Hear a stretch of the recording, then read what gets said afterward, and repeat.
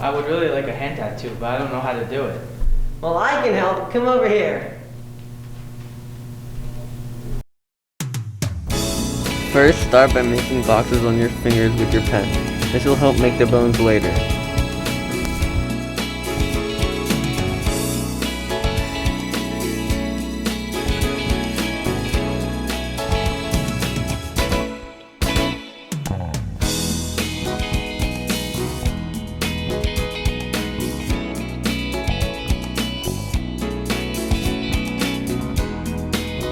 Now let's get into the detailing and make those boxes more round.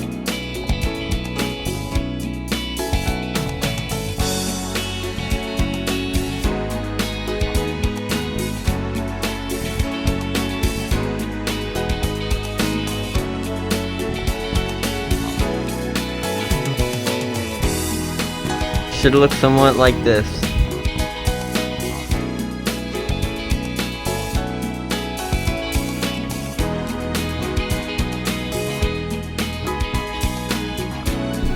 Start with your sheeting, and I'm using a cross-hatching method.